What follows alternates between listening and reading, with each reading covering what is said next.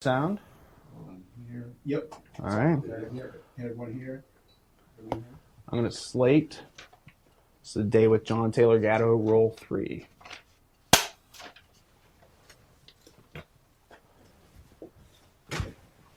Start with dropping my handkerchief.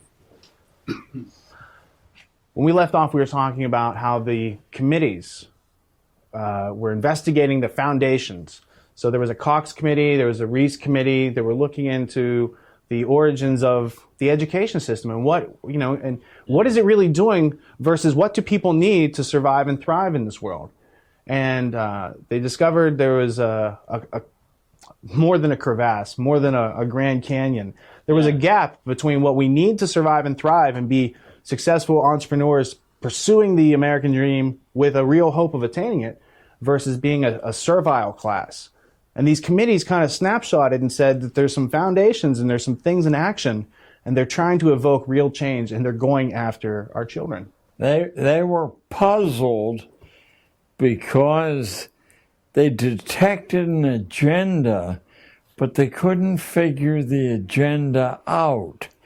And with the second commission, the Reese, a firestorm broke loose. In fact, Reese was never able to finish thanks to the chief counsel. Was that Cox? The chief counsel, well, I know there was a lawyer involved with the Reese committee, Catherine Casey, who was the lawyer sent by Norman Dodd to go into the archives of the Carnegie Foundation. Oh. And after being brought up in a traditional, status quo education, she went there and saw the actual minutes and the words of these men in these meetings planning on how to take over this country and to take over the diplomacy and power of war. Was Dodd the chief counsel for Reese? Dodd was the chief researcher, and he was out of J.P. Morgan earlier, and he had said, you guys need to return to sound banking, and they said, Norm, we're going to let you go.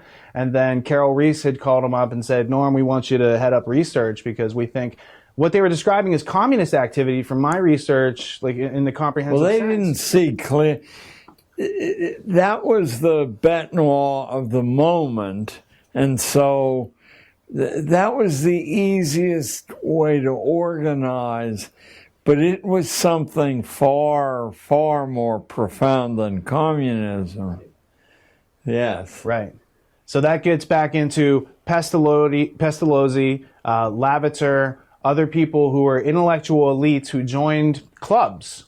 It's like the Bavarian Illuminati was one such club that has a lot of the intellectual elite of the area getting together, and in their drawing rooms, they're drawing out the plans for other people's lives. And they basically, when you look at the origins of our education system in America, it goes directly back to Adam Weishaupt's plans, which are planned on earlier plans, but still there is an organized effort to go after our education system. Well, there's one more recent than that. There was the Metaphysical Club at Harvard, right around the turn of the 20th century, and it contained such muscular figures as William James, who is the reason we have a course in college's academic psychology.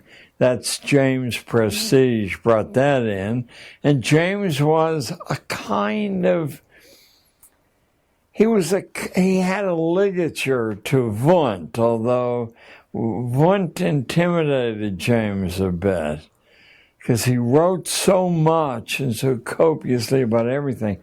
But in the Metaphysical Club, besides William James, was John Dewey, Oliver Wendell Holmes, and a number of other the shapers of 20th century American institutions.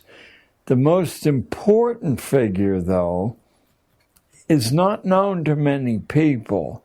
He's perhaps the last major philosopher human history has produced. It's pronounced Peirce, but it's spelled as if it were Pierce. Charles S. Peirce, a strange figure, a part-time lecturer at Harvard, created the pragmatic philosophy that William James was probably the chief distributor of. But your key man's Pierce because he's much less, how would I put it?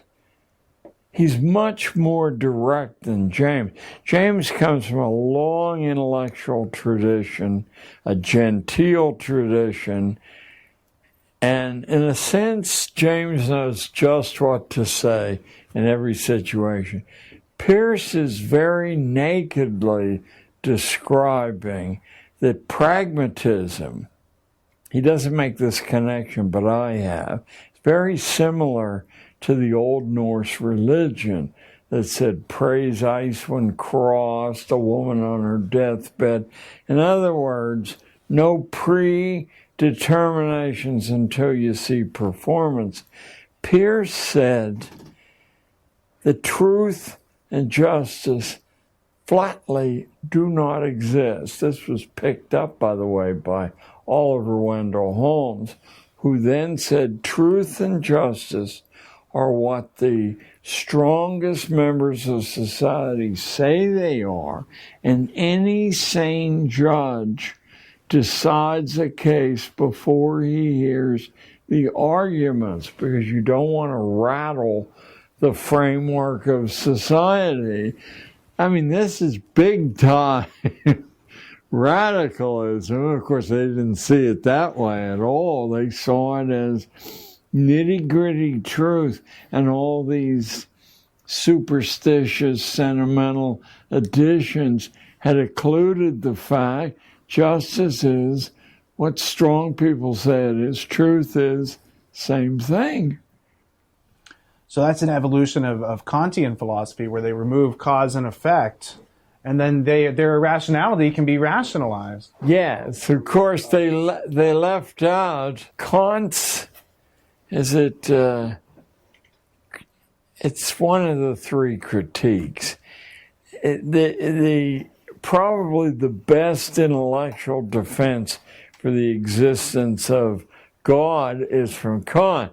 That was inconvenient for this group. But pragmatism, if you now connect pragmatism with the concept of justified sinning from Calvin, you have an absolute blank check in any situation to invent truth, invent justice, sacrifice biologically inconsequential people, and invent any excuse for doing that you want. Seems to me that's been the driving force in American affairs for a long, long time there. But interestingly enough, it's been the driving force of an intellectual elite, I believe, through history. It's just they didn't have the dominance the technology gave them. Well, Bertrand Russell has this quote. He's often misquoted, but when you actually read the book, the sentence starts with, I'll paraphrase, as Fichte would have wanted, the purpose of education is to remove individuality and self-reliance and all these other things. So the idea was that Bertrand Russell was noticing that what with Fichte in the 19th century was trying to do, but didn't have the technology to do, that they now in the Norbert Wiener, Bertrand Russell era, the 20th century, now had the ability to mass mind control billions of people at the same time, and it's all done on a basis of irrationality, a denial of cause and effect. But that goes back, you can start looking at where the influence of utopia took place and took root in Francis Bacon with New Atlantis and how it goes up. And then it's just formalized by some people using other jargon, psychology in the 20th century into pragmatism. And it's all just they want to do what they want to do anyway, and they just keep using education to kind of, say, well, this is a good reason why we're doing this. Yeah. Well, here we are then. What thoughts do you have about the amount of people in the origins of this country that were literate versus the amount of people that are literate today? Well, it's quite fascinating because the political census of Connecticut, I believe it was 1690, but don't hold me to that, very, very early on, showed a population that was, for all practical purposes, entirely literate. We also have the more than circumstantial evidence.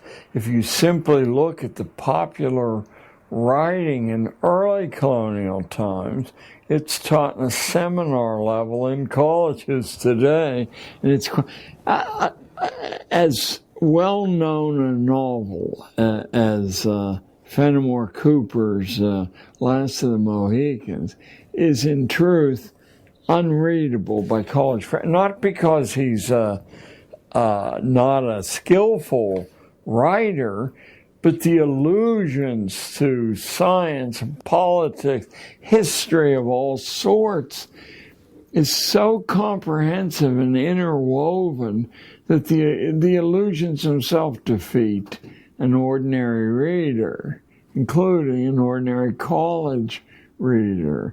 The book I saw in your bathroom, Common Sense, sold 600,000, sold in a population of 3 million. You know, a country that was half serf, slave, and now you can find it on seminar level in Princeton and University of Chicago. Because so many people were literate at the origins of this country, they were able to publish these pamphlets. Yeah. And so when you'd have propaganda on behalf of the Elector of Hanover, better known as the King of England. And you had these retorts by, Thomas Paine, who's not from America. He emigrated here, and he doesn't have a formal education, but somehow he figures out how to put things together for himself and speak in a way such that the common person can really get something from this. Yeah. And, it's not so much his aspect, his propaganda. He's propagating an idea, but just describe the effect that, just being able to have the printing press and somebody who could pick up these ideas without being through their formal schooling has the power to change and influence a country and inspire revolution, et cetera, et cetera. Oh, yes. And in Paine's case, what he had mastered is even today what I tell kids is priceless to master. No complexity of ideas can't, in fact, with the pains on the part of the speaker, the writer, be reduced to plain talk and speech without harming the delicacy of the idea. And Paine really hit that on the button. He's quite a model. In a sense, it's like if you want to write adventure stories, you want to read Edgar Rice Burroughs and the Tarzan books and the Mars books, because you're just propelled from beginning to end on a somewhat more rarefied level. Dickens had that ability. And of course, it could be distributed wholesale, but doing that would hand weapons to people you don't want to be able to be heard. When you teach people to speak and think in academies, you've reduced their effectiveness to their associates there. So, we had some very productive experiments in mass literacy, including a phrase, a label that's vanished from use. There was constant talk of something called the active literacy. As long as you read well, you can develop original thinking, but you can't communicate it. But to be able to master spoken speech, you can talk to anybody and they can actually understand what you're saying, or written speech were known as the active literacies. The British government made those a crime, a prisonable offense to teach ordinary people the active literacies, not reading, because you want your flunkies to be able to read so they can follow your orders so you can go and play golf or go fishing. But to actually communicate dissident thinking and writing, you can reach way beyond yourself.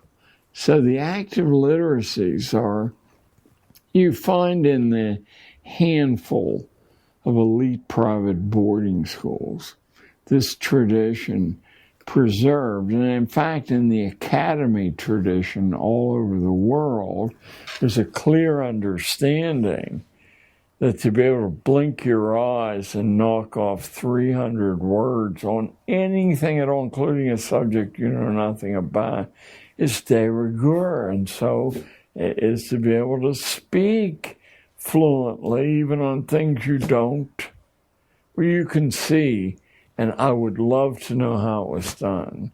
The current president is masterful, not just good, he's masterful at the nuances of speech. That can only doesn't happen naturally there. Where on earth was that training? There are little figures he uses that have fancy Latin names to them. Sure. There. And of course, Bill Clinton was no slouch, but he comes out of a populist preacher tradition and is masterful with what he does. But the other is a formally trained science of speech. And I listen to the modulations and how he can shift from one idiom to another. And I said, somebody with this odd background, you know, all over the world, who's my daddy, who's my mommy, you know, something intervened there. It's no accident, by the way, that Bill Clinton suddenly emerges from a state in which Rockefeller is the governor. Who was Bill Clinton's mentor? Well, he has a variety of mentors. The very fact that he steered into Yale, which is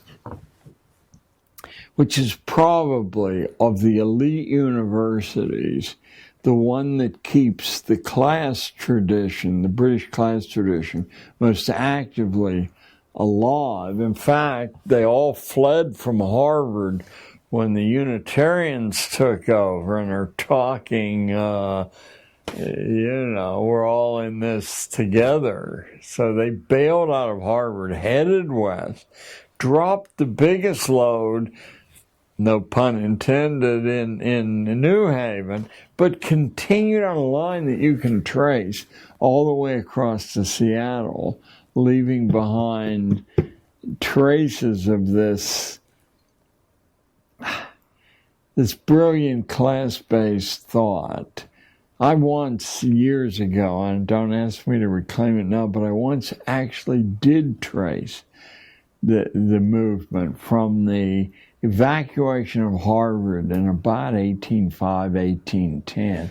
What had happened was the Unitarians, who were one of the great heresies of you know, the last 500 years, they worked out a way to initially convert to whatever religion had a church in the area, and then when they were the majority, they would vote the thing out of business, take the assets, and reopen as a Unitarian parish. The entire Massachusetts school committee, no accident, every last member was a Unitarian, even though there were less than 1% of the Massachusetts population, because I understood leverage. How the wolf, what is the symbol of the Fabian socialists in Britain? It's the wolf in sheep's clothing. They have a big laugh at how easy it is, you know, to fool. The funny thing is that Kitty Muggeridge, no, excuse me, the Beatrice Webb, who is really Fabian socialism, but she carried her husband around. But Beatrice is the welfare state architect. She was the niece of Herbert Spencer, the most articulate, intellectual racist in human history. Root hog or die. She sat with him on his deathbed for 6 weeks, and both of them agreed they were after the identical goals, but by different means. He said, exterminate the brutes, the famous line from Heart of Darkness, and she said, kill them with kindness. You know, I noticed you had Ayn Rand on your shelf. The idea of taking care of somebody else, apart from the innocent charitable thing, is that you ruin them by doing that. It doesn't take very long to ruin them.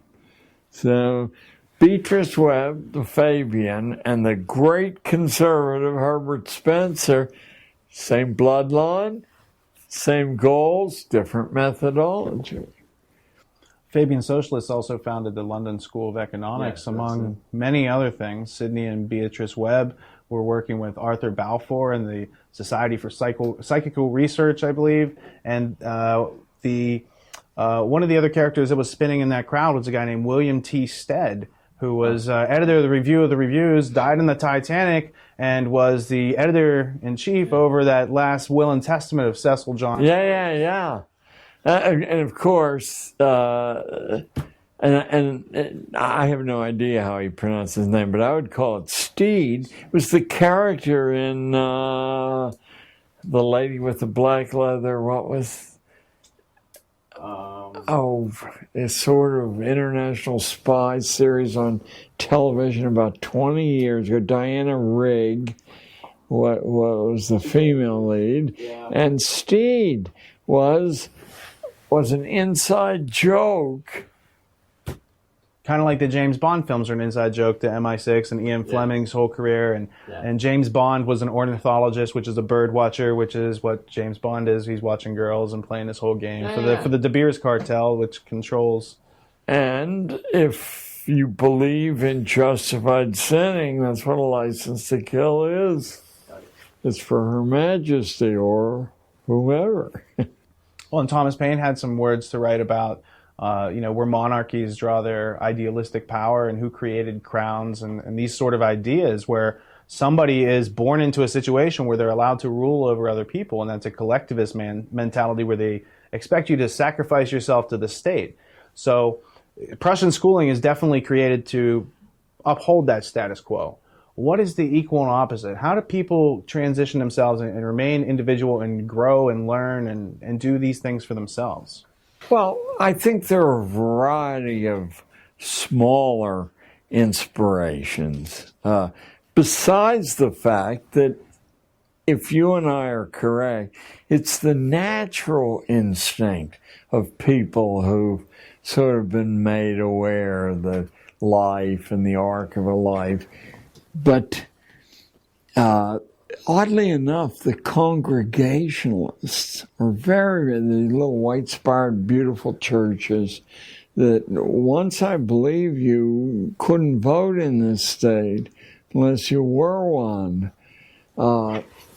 They taught that the Presbyterians, as Milton said, new presbyter is but old priest writ large, because they met together once a year. And he said, that will ruin you, having this collective mentality. The congregation is sovereign in a real Congregationalist church. I don't know how they've mutated through history. And the minister is simply, the official of the moment to organize the back and forth. But the minute the minister becomes cheeky or out of line, out he goes, and usually if he asks for more money, because the minister is a functionary, the congregation gets the word directly from God. This is, of course, Martin Luther's enormous breakthrough, which he couldn't sustain. That's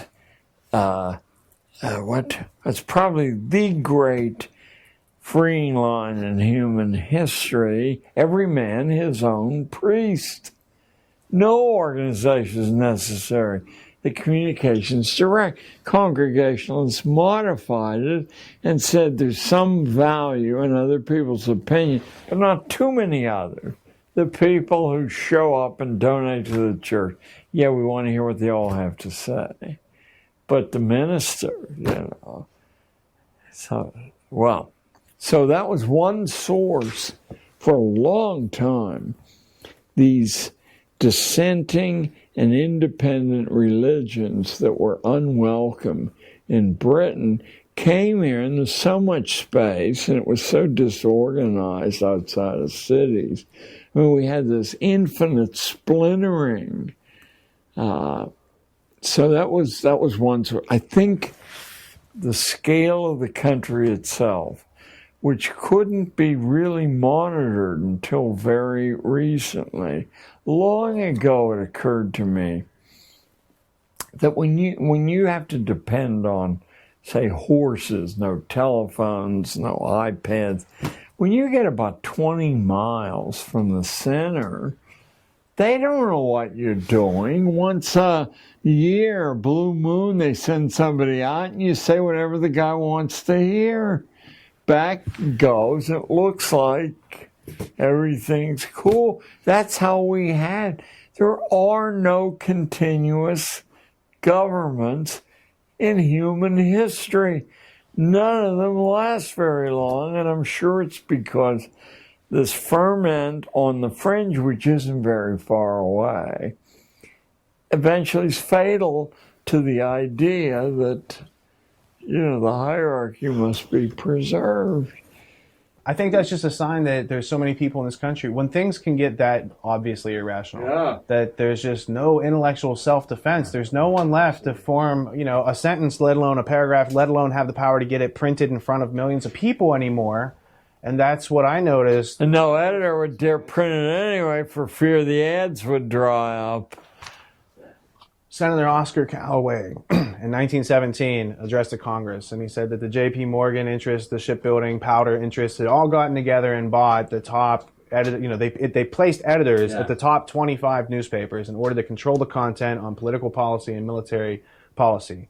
So that was really the declaration, the first origins of the Council on Foreign Relations, which goal is to kind of control and mold the minds of the masses using official experts and historians. And so these clues won't leak. How about Harry Truman's speech before the U.S. Senate in 1942, denouncing the Rockefeller interests as traitors because they were selling oil to both sides.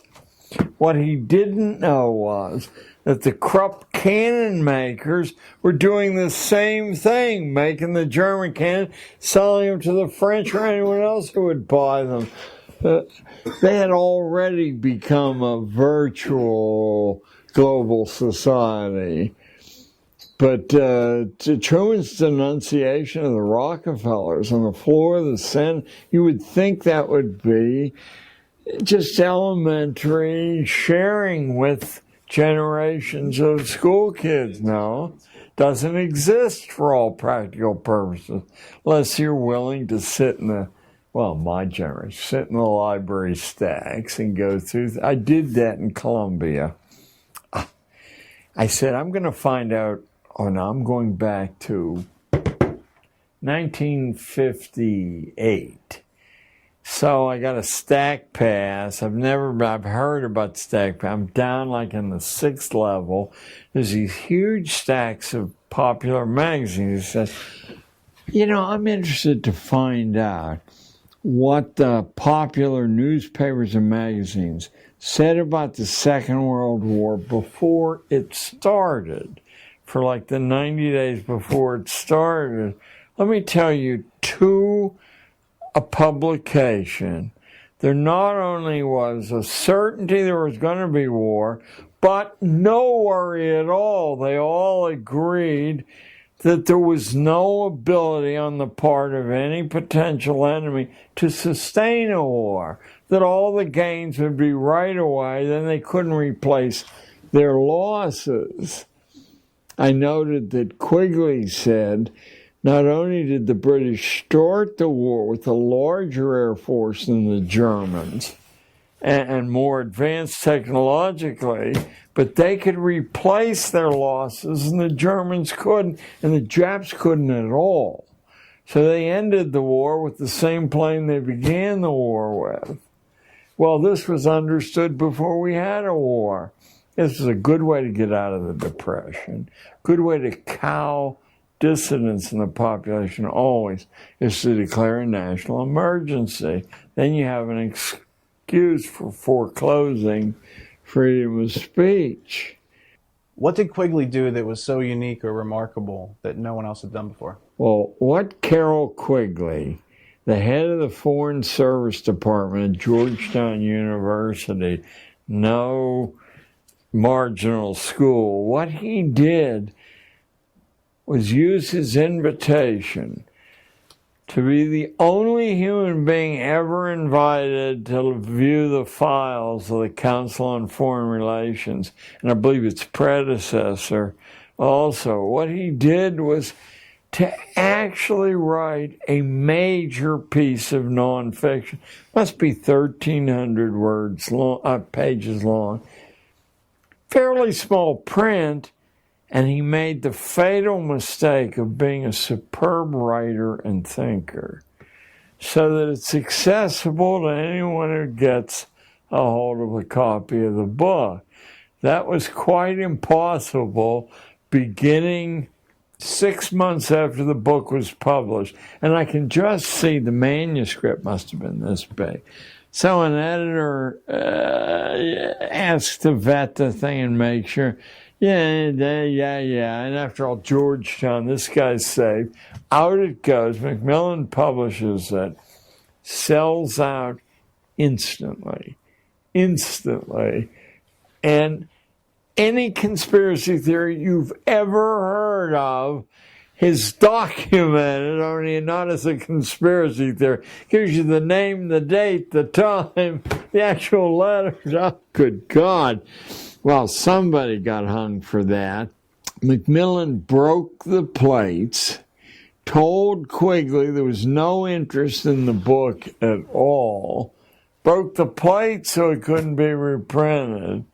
Quigley's on a tape recording right at the end of his life that's stored down in Georgetown in the stacks, saying that they lied to him, that they had tons of who wouldn't want to read the book.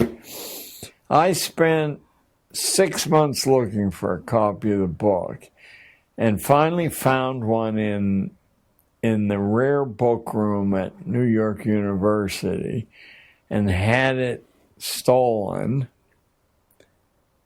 And then a couple of months later, because I had looked in so many cities, I got a call, mysterious call, from a fellow, I think he turned out to be a dentist, had a radio show. Who is? Okay. It's Stan Monteith. Yes, Stan Monteith. He said, I understand you're looking for, well, I said, do you know where? Yes, he said, I have some copies. Of course, he had reprinted the copies. And after Monteith, over the next couple of years, several other people had taken the Macmillan and reprinted it so much, in fact, that it became the basis for a growing number of aware people. They weren't sure what they were aware of, other than that the story was not as delivered, not in junior high and not at Harvard. It was a different story. It was a story that could accommodate two fraternity brothers at Yale running against one another for president. The big agenda. But Quigley's real gift to the rest of us is his absolute mastery of prose and his really interesting mind and his confession that he agreed with the plot. He simply, as a good Roman Catholic, didn't apply with the secrecy. He said, I believe there's nothing anyone can do about this anyway. It was marvelous. I'd go back whenever I feel despair. And not an easy, I mean, it's an easy read because it's so well written, but it's a big chunk. He says, for example, that the only times liberty's ever appeared in human society is when the population is privately armed with deadly weapons. And to reach the acme of liberty, they have to have the same weapons available to them that the government has available to them. And yet we're not talking about some guy who rolls his collar up. We're talking about this internationally famous scholar. So, well, at the beginning, the American Revolution, the people who were fighting against the British government had equal arms. They were landowners. They had interest to fight over it. That stopped being equal in the 1930s with mechanized warfare and mass production because they've had Prussian education in place for 80 years, and now everyone's an obedient worker, and Amtssprache allows a lot of people to do things that they normally wouldn't do, but now it's part of their job, and now it's their responsibility, and now it's their duty, and all the things that Milgram drove home through his experiments. Look, these people will kill other people if you put a white coat on. Yes. Yes. Well, it's quite exciting. I mean, it's a hideous turn in human history, but it's quite exciting. The comprehensive surveillance mechanism prevents local groups from developing armament. These Arabs have done the only thing of which there isn't a successful defense, and that's to blow, just what the Japs did at the end of World War II, to blow themselves up, to blow babies up, to blow, not women very often, but still they're beginning to appear as human weapons. What you can do is suppress that activity, but you can't do it and say this is a free society and we're all in the game together.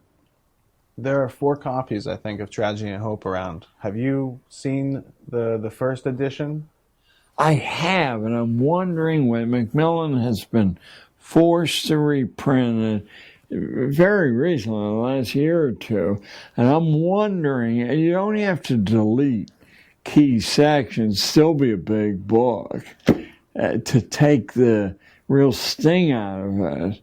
I thought somebody with young eyes and a lot of stamina ought to sit with the original edition and the reprint just to make sure. So we're doing tomorrow afternoon. We have a first edition and we have several other reprints, and we're going to... Oh, do let me know, because I have other people I'm trying to see the idea, and I could say the project's underway, and why don't you send them a little check? And Yeah, absolutely. What do you think about Quigley's book, Anglo-American Establishment? I was impressed by the thinking and the scholarship, but I think the presentation puts it beyond the reach, not beyond the understanding, but beyond the reach of ordinary people without a coach. And I do think we have a pressing need to find, without diluting the complexity, to find the idiom. I think I said to Rich earlier, it drives me insane. There are things I've been rewriting for years because I'll try them out and I'll feel that an audience misses how that plugs in.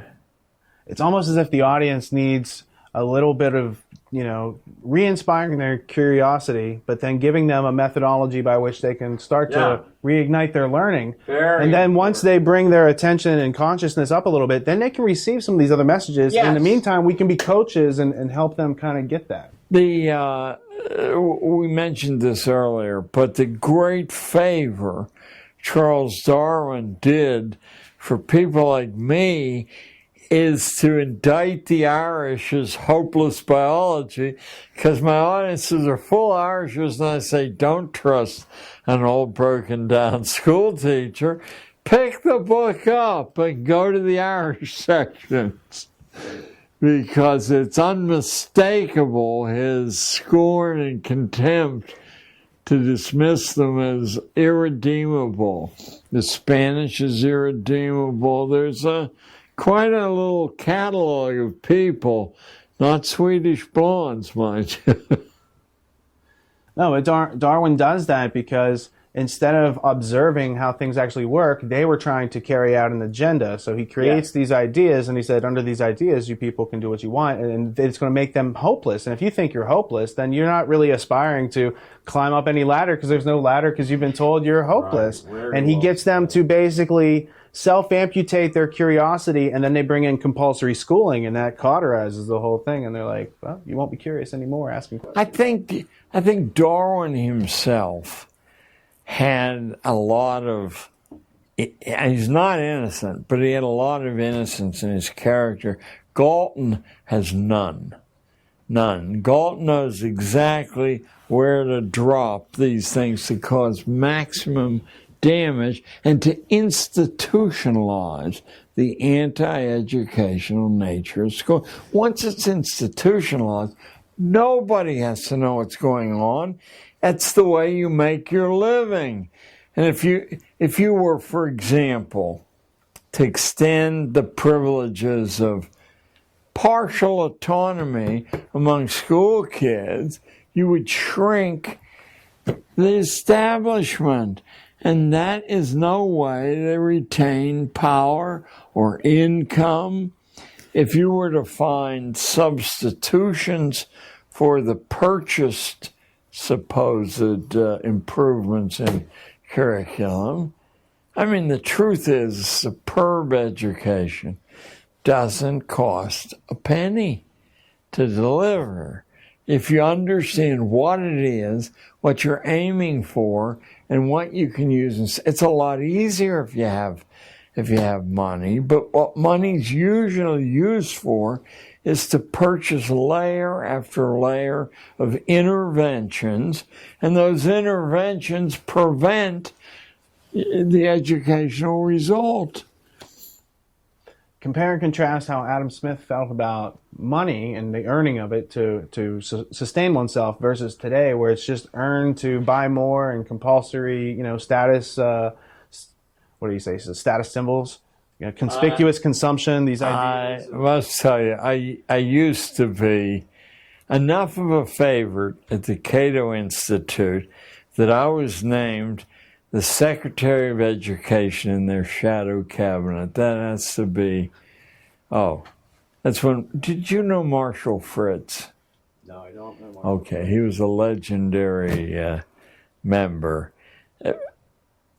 When I discovered what Adam Smith actually said, which I wouldn't deny that key people at Cato also know, I became very, very problematical, because in Theory of Moral Sentiments, Smith, I'm going to give a shorthand here. Smith says that to spend your time making money as a mark of insanity, and what it'll buy you is a bad life. But we should be grateful to the people who do that, because they assemble capital, they pay the biggest price, and they create, improvements for everybody else. I don't think the religion of libertarian capitalism wishes that complication to be well understood, because there's no way to explain it away. Just as he's very clear, that the peasant's son and the duke's son are the same people. He's very, very clear. You got to be nuts to assemble capital. What lessons can be learned from Ben Franklin?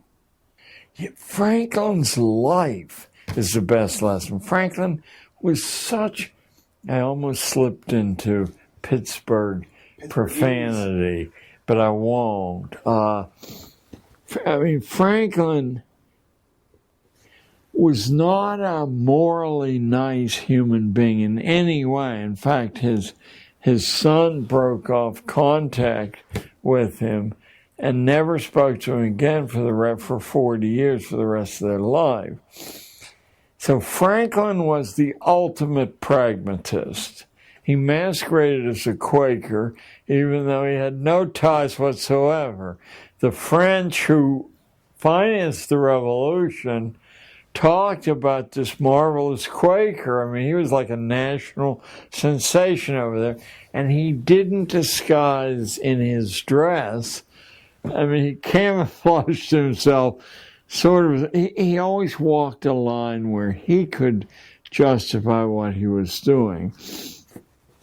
But his life is evidence from a huge, they're probably a lower middle class family, a candle maker.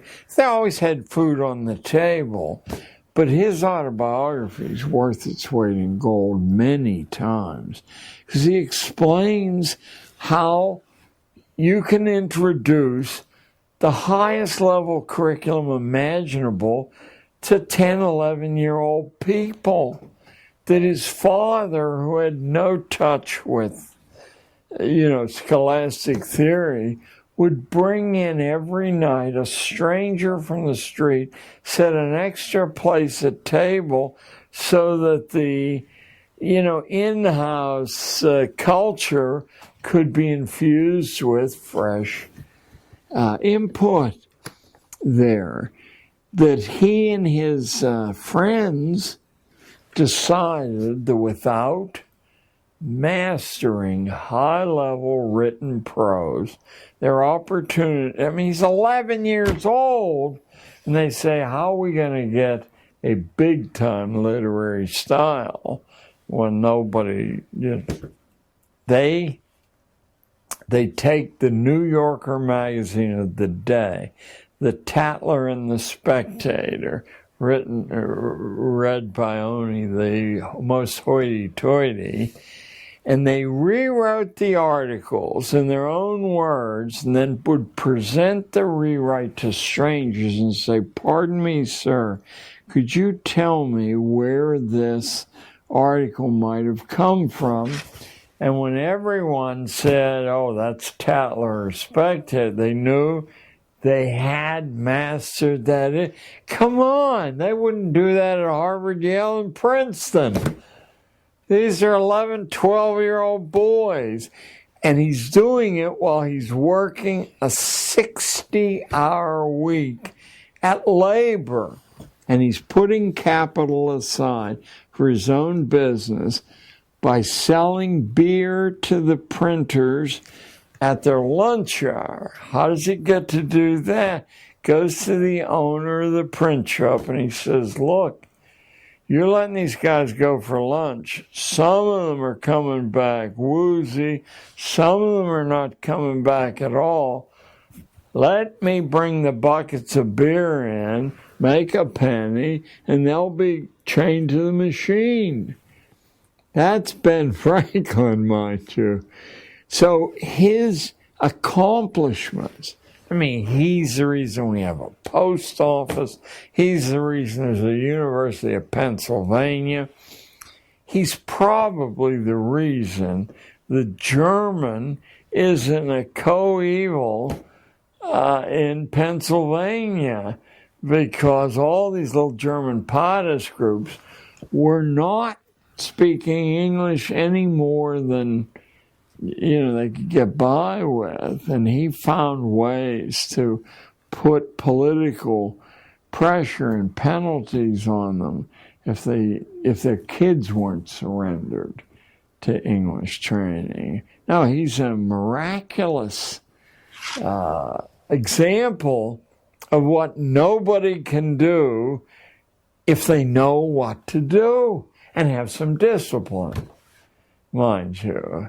I would say nobody should not read Franklin's autobiography very, very slowly. Do not read it for the story, but for the details.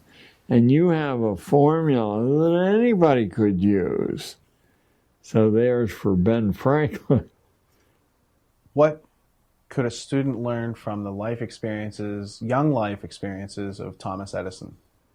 Well, Mr. Edison, from New Jersey, begged his mother not to waste his time sending him to school. This before he was 12 years old, and to allow him to go west where during the Civil War, where opportunity was burgeoning. And she let him do it 1,000 miles from home. He became a train boy. That's the lowest job imaginable. You know, at whistle stops, you go out and buy sodas or coffee. You know, you're everybody's factotum. But he talked the train into letting him put a broken down printing press in the boxcar. And then during the Civil War, because he was able to connect things into new realities, he knew that the train stations got Civil War news at the same time the newspapers did. But the newspapers didn't come out to certain hours. He used his printing press to run current Civil War news instead of auctioning off children at the whistle stops. He sold the Grand Trunk Herald. And because he wasn't the nicest guy in the world, he varied the price from a nickel to a quarter, depending on what the audience could pay. He put together a substantial stake that founded his own. Plus, he used the stake in the years he was doing this to start 3 businesses, each one of which depended on the advantage he had by going up and down the Michigan length there. Now, let me see. I'm years away from one of them. One of them was that he could distribute magazines and newspapers free. He'd just pick them up at some drop point, and he could put anyone out of business because he didn't really have to charge much to do that. There were a couple of other, I think one was a food business, so that when he ran out to get something for the passengers, he was the owner of the business. And there was a third one. He, of course, has 1,007 patents without a day in college. In fact, when he founded GE, it wasn't called GE, but that's what it became, he made the tests for hiring executive staff so hard that he used to laugh and say nobody with a college degree can pass this test. Now notice if all of this documented history was, and it's your birthright, if this were shared with you in 3rd grade and 4th grade and 5th grade, notice that you would arrive at the age of 12 with a whole different idea of what your prospects were, rather than your hand shaking because you got a C on your report card, and that probably would doom your career. It's a colossal crime, and I'm speaking now as a detective story fan. I'm staying away from the moral high ground here because it's so far beyond what we define as good and evil. And for the people who do this, it is good because, as as Darwin's Malthus, as Thomas Malthus says clearly in his essay, Climbing the Mountain, the high ground, the moral mountain. He says it's a kindness. These people are doomed to such miserable lives that to hasten their demise is a great kindness to them. You work them to death, you starve them. You're doing God's work. He, of course, was a parson of the Church of England, which Charles was trained to be, but left in Galton. We had people like Lippmann and Bernays who recognized that people were inherently irrational. And instead of trying to teach them critical thinking, they say, let's use fear and confusion to control them even more. That's Spinoza as the author of that. Get a hold of, they're around, a translation of Tractatus Religico Politicus, published in 1690.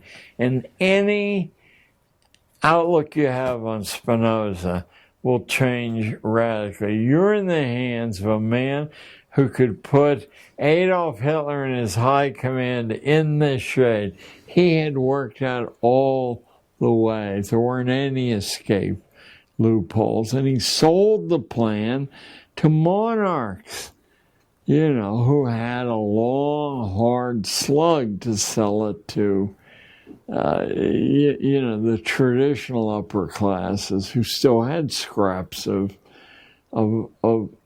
morality, traditional morality. They still hadn't become justified sinners. Thomas Jefferson, in Notes on the State of Virginia,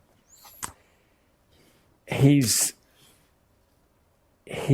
trying to assemble, because Spinoza's ideas are already in America, so he's trying to assemble the possible good use that could come out of an institution of schooling.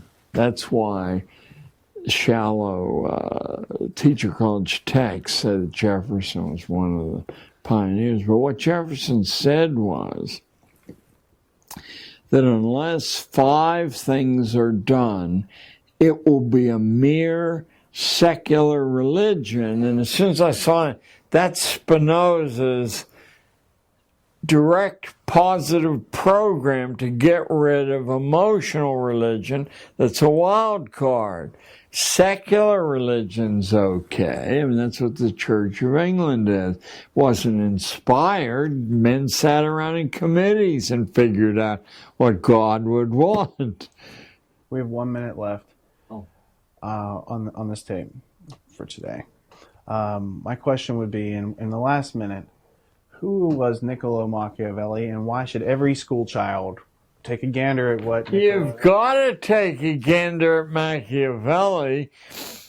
Machiavelli was a Florentine at a time when Italy wasn't a unified nation. It was a collection of powerful city-states, or at least some were, and Florence was one of the most powerful, but it had important rivals. And Machiavelli, he was a middle-level politician, call him. And he was ambitious. So he wanted to, it was the famous Borgia family. Cesare Borgia and Medici family. Yeah, he wanted to do what Henry Kissinger did, is to establish himself as a fountain of utility for the Borgias. And he really had an excellent mind. And it's hard to tell what his character was, because he has other books that are rather morally grounded. But for the first time in history, the secrets that have been talked about in drawing rooms, maybe leaked a little bit like Hobbes' Leviathan there. Suddenly it was an unbroken presentation of how the prince should maintain and enlarge his power there. It electrified the planet. First of all, the people who already knew these things were ticked. And the people who suspected them were put in a moral quandary, a bind. Now it would be a deliberate choice. But for the great unwashed and for the religious power that represented them, here was, and his name was, after all, Nick. Here was old Nick. I saying here. You know, we could give us 10 years and no one could pass through school without being aware of these high or low points in the creation of their own society. Then at least they would have choices. And I know some would choose to sell out, but others, because of that romantic quality in the young, you know, that's why we send them over to get blown up, you know, would they do what they did in the 60s? It's a turning point in American history. After national policy. That tape end? Mm-hmm. All right, we're going to turn the lights off. You can continue talking. I'll just mark where we are. Oh, this probably ought to be on. But remind me tomorrow, we'll do this. After national policy was contradicted by the riffraff in colleges and high schools, word went out that was never to happen again. A group called the Trilateral Commission published a book they subsidized at NYU. It's worth picking up. It's called The Crisis of Democracy, 1975. And in shorthand, the crisis is, if the people take it seriously, we've got trouble on our hands. So we've got to hide power and how decisions are made even more rigorously than we've done in the past. Just like Hobbes said power is never where it seems to be. It's never there. Those are always the flag catcher. If only Hobbes was writing for the average person, if only the person was literate, if only they had critical thinking so that when they were so that their literacy didn't make them a slave. Yeah, or make them think of people like Hobbes. Oh, it's just another book. It's man's book. Yeah. That's his opinion. Well, he was the advisor of the king, and the book stayed in print, for 450 years. There's actually, in the great books it's in with Machiavelli and Hobbes, in volume 23. From that set over there. The Harvard Classic thing. It's the great books of the Western world. Oh yeah, put together by Chicago. Right. I was accepted to the University of Chicago when I was a sophomore in high school, and my mother wouldn't let me go. And my uncle, who graduated